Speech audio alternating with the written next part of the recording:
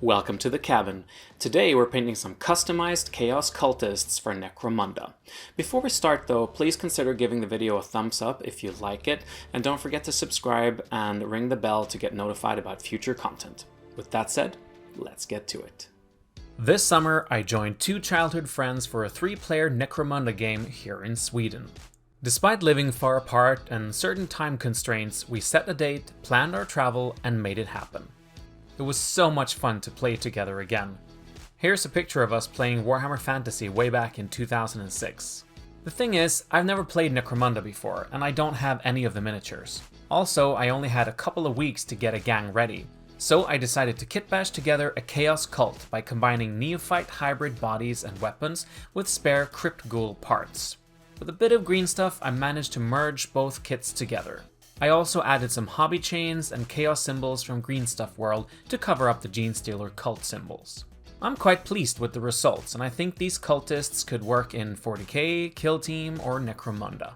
With my gang fully assembled, the time for battle was rapidly approaching.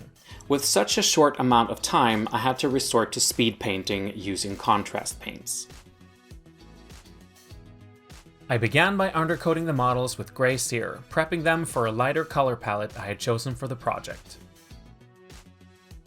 Next, I added a zenithal highlight using Liquitex Titanium White, which I protected with a 50-50 mix of satin and matte varnish. It was now time to add some contrast paints. I applied Skeleton Horde for the armor, as well as the teeth and trophies. I aimed for a bone-like appearance for the armor, but interestingly it ended up resembling aged, yellowed plastic, which I found rather appealing. I used Blood Angel's Red to paint the fabrics. My goal was to achieve a bloody flesh appearance, creating a striking contrast against the pale bone armor. As for the leather details, such as pouches and holsters, I painted on Gorgrunta fur.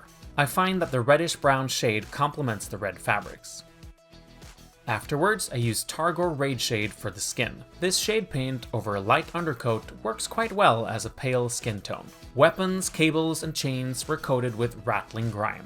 We'll revisit these areas later, focusing on achieving a metallic appearance, but this provides a solid base to work from. I wanted some darker shadows on the models, so I used Basilicanum Grey mixed with 50% contrast medium on all painted areas except the skin.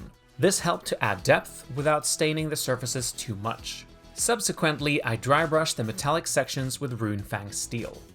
This stands as the only application that isn't a contrast paint, but it was still very quick. To help emphasize their unnatural appearance, I gave the cultists jet black eyes using Black Templar. I also extended the color a bit, adding some to the surrounding areas of the eyes to simulate a puffy and unhealthy look to the skin. The heavy stubbers bullets got a layer of Gorgrunta fur, making them look like brass. Several heads feature drooling mouths, and I painted these with Plaguebearer flesh to simulate a noxious, venomous liquid. My cultist demagogue carries a victim's torso on his back.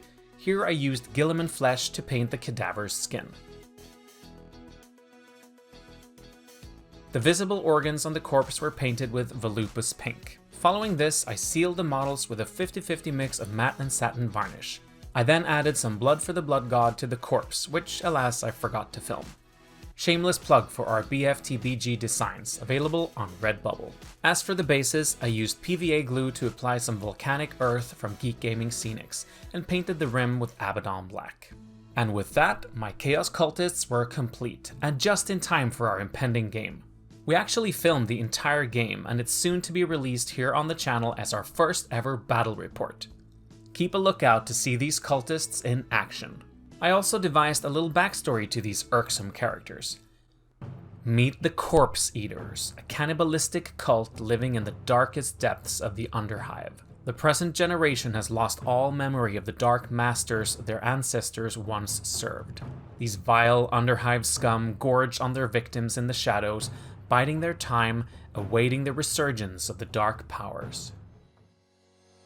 That wraps it up for today. Thank you so much for tuning in, and please remember to give this video a like, subscribe to the channel, and ring the bell for future content alerts. Also make sure to check out our Patreon page or click the join button here on YouTube for exclusive perks. And if you're interested in snagging some Kabin Miniatures merchandise, the link to our Redbubble merch collection is available in the description down below. So stay tuned for the upcoming battle report right here on this channel. We'll see you next time. Good luck with your miniatures.